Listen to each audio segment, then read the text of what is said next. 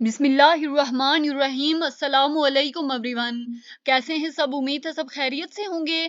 अल्लाह हम सबको अपने हिफ्ज़ व अमान में रखे। तो डियर स्टूडेंट, आज हमारा 9th क्लास बायोलॉजी में लेक्चर नंबर 6 है, जिसमें हम स्टडी करेंगे लेवल्स ऑफ बायोलॉजिकल ऑर्गेनाइजेशन के पार्ट 2 को।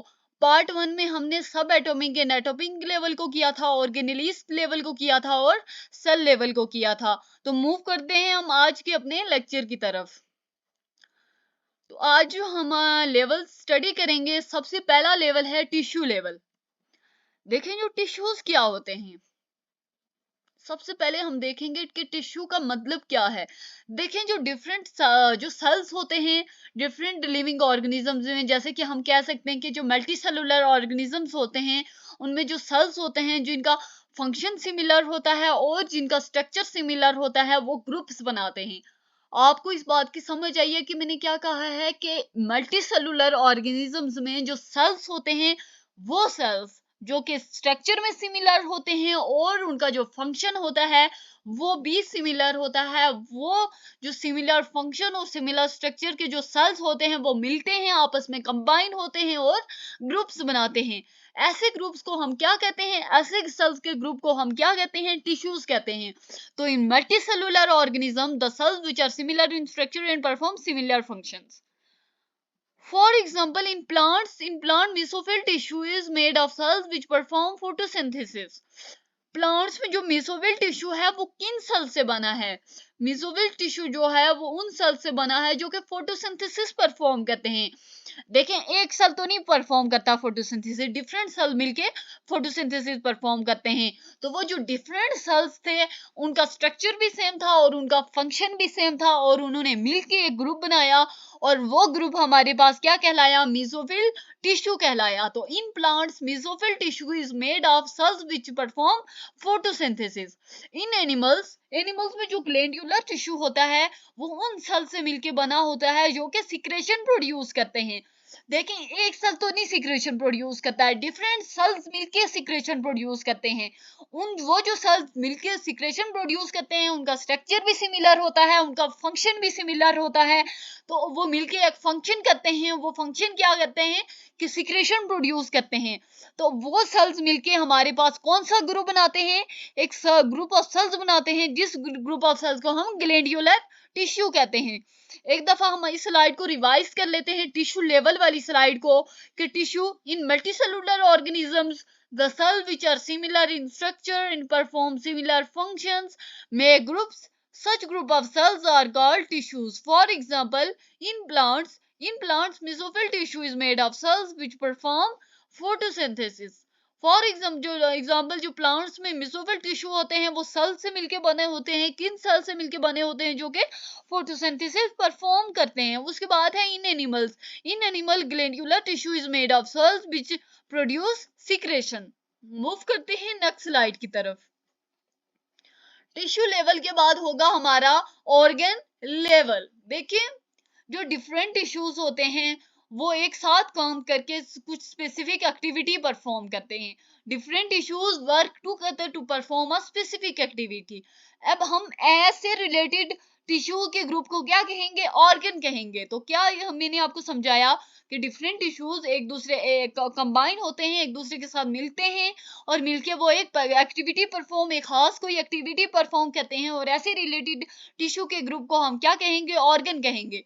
फॉर एग्जाम्पल, जो स्टोमक है is an organ made of two major tissues. Stomach है दो मेजर स्टोमक एक ऐसा ऑर्गन है जो कि दो मेजर टिश्यूज से बना है। देखें, ये भी आपको एमसीक्यूज आ सकता है कि स्टोमक कितने मेजर टिश्यू से बना है। तो स्टोमक कितने मेजर टिश्यू से बना है? टू मेजर टिश्यू से बना है, एपिथेलियल टिश्यू और मस्कुलर टिश्यू। एपिथेलियल टिश्यू क्या करता है? जो एपिथेलियल टिश्यू होता है वो गैस्ट्रिक जूस सीक्रेट करता है जो कि प्रोटीन को डाइजेस्ट करने में मदद देता है। एपिथेलियल टिश्यू का क्या काम होता है, क्या फंक्शन होता है? कि वो गैस्ट्रिक जूस सीक्रेट करता है जो कि प्रोटीन की डाइजेशन में हेल्पफुल होता है। मस्कुलर टिश्यू का क्या फंक्शन होता है? मस्कुलर टिश्यू का फंक्शन ये होता है कि वो जो मसल्स होते हैं स्टोमक के, वो स्टोमक को कॉन्ट्रैक्ट करने में मदद करते हैं। ठीक है, जो मस्कुलर टिश्यू होता है वो स्टोमक को कॉन्ट्रैक्ट करता है और फूड को ग्राइंड करता है। Muscular tissue of stomach contracts and grinds food. एक दफा इस स्लाइड को रिवाइज कर लेते हैं कि organ different tissues work together to perform a specific activity.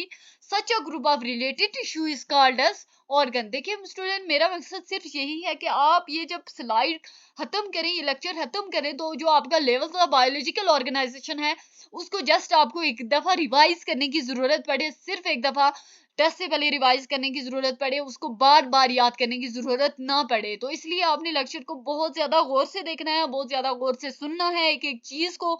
इसमें आपके बहुत सारे एमसीक्यूज क्लियर हो जाएंगे, शॉर्ट क्वेश्चंस क्लियर हो जाएंगे। तो देखते हैं एक दफा इस ऑर्गन लेवल वाली स्लाइड को रिवाइज कर लेते हैं। तो organ different tissues work together to perform a specific activity.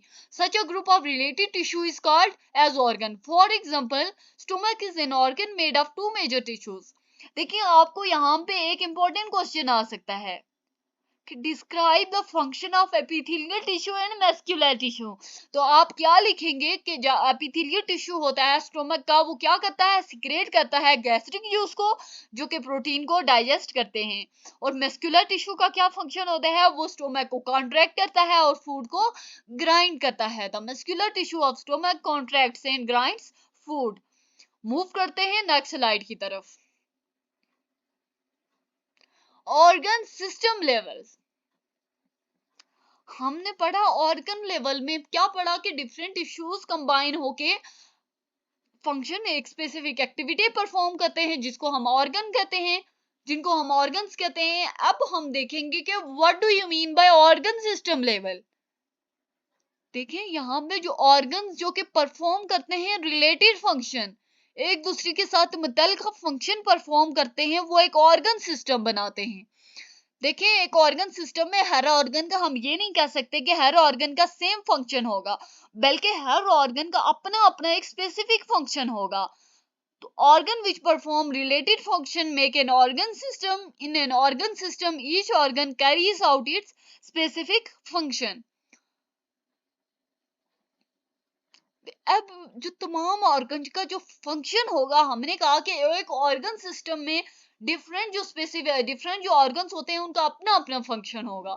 अब मैं आपको बताऊं कि जो तमाम ऑर्गन्स का फंक्शंस होंगे, तमाम ऑर्गन के फंक्शन होंगे, वो ऑर्गन सिस्टम के फंक्शन बन जाएंगे, यानी कि एक कंप्लीट सिस्टम का फंक्शन कहलाएगा वो। Organs which perform related function make an organ system. Example से समझते हैं इस कॉन्सेप्ट को कि जो डाइजेस्टिव सिस्टम होता है वो कौन कौन से ऑर्गन से बना होता है। ओरल कैविटी से बना होता है, स्टोमक से बना होता है, इंटेस्टाइन से बना होता है, लिवर से बना होता है और पेनक्रियाज से बना होता है। डाइजेस्टिव सिस्टम आपका किन ऑर्गन से बना होता है, ओरल कैविटी से बना होता है, स्टोमक से बना होता है, इंटेस्टाइन से बना होता है, लिवर से बना होता है और पेनक्रियाज से बना होता है। देखिए ओरल कैविटी का अपना फंक्शन है, स्टोमक का अपना फंक्शन है, इंटेस्टाइन का अपना फंक्शन है, लिवर का अपना फंक्शन है और पेनक्रियाज का अपना फंक्शन है। देखिए मैं इन सब जो ऑर्गन है इनकी इनके फंक्शन की डिटेल में नहीं जाऊंगी, क्योंकि यहाँ पे ये आपका काम नहीं है। आपने जस्ट ये जो लिखना होगा, सिर्फ आपने इतनी ही चीज लिखनी होगी पेपर में और आपको मार्क्स दे दिए जाएंगे। तो organs which perform related function make an organ system. In an organ system, each organ carries out its specific function. The function of all organs becomes the function of organ system. For example, digestive system is made of organs like oral cavity, stomach, intestine, liver and pancreas. अब जो हर organ होता है digestive system का, उसका अपना एक specific role होता है, वो अपना एक स्पेसिफिक रोल परफॉर्म करता है। Each organ perform its role in the overall function of digestive system. For example digestion of food. Move करते हैं अपनी नेक्स्ट स्लाइड की तरफ, जो है हमारा इंडिविजुअल लेवल। हमने सेल लेवल भी पढ़ा, टिश्यू लेवल भी पढ़ा, उसके बाद हमने ऑर्गन लेवल पढ़ा और फिर ऑर्गन सिस्टम लेवल पढ़ा। अब इन सब सिस्टम्स को कंबाइन होके एक चीज बनती है, उसको हम कहते हैं इंडिविजुअल। यानी कि डिफरेंट ऑर्गेनिज्म जो ऑर्गन सिस्टम होंगे वो कंबाइन होंगे, वो ऑर्गेनाइज्ड होंगे एक दूसरे के साथ और एक इंडिविजुअल बनाएंगे। तो इंडिविजुअल लेवल में हमने क्या चीज पढ़ी कि different organ systems are organized together to form an individual. तो आपने ये चीज याद रखनी है, इंडिविजुअल लेवल में आपने क्या लिखना है कि जो डिफरेंट ऑर्गन सिस्टम होते हैं वो कंबाइन होते हैं, ऑर्गेनाइज्ड होते हैं एक दूसरे के साथ और एक इंडिविजुअल बनाते हैं। यानी कि हमारे अंदर अलॉट ऑफ ऑर्गन सिस्टम पाए जाते हैं, अलॉट ऑफ ऑर्गन सिस्टम में फंक्शंस पाए जाते हैं। थैंक्स फॉर वॉचिंग, मिलते हैं नेक्स्ट वीडियो में। अगर आपका कोई भी क्वेश्चन है तो प्लीज कमेंट करें। खुदा हाफिज।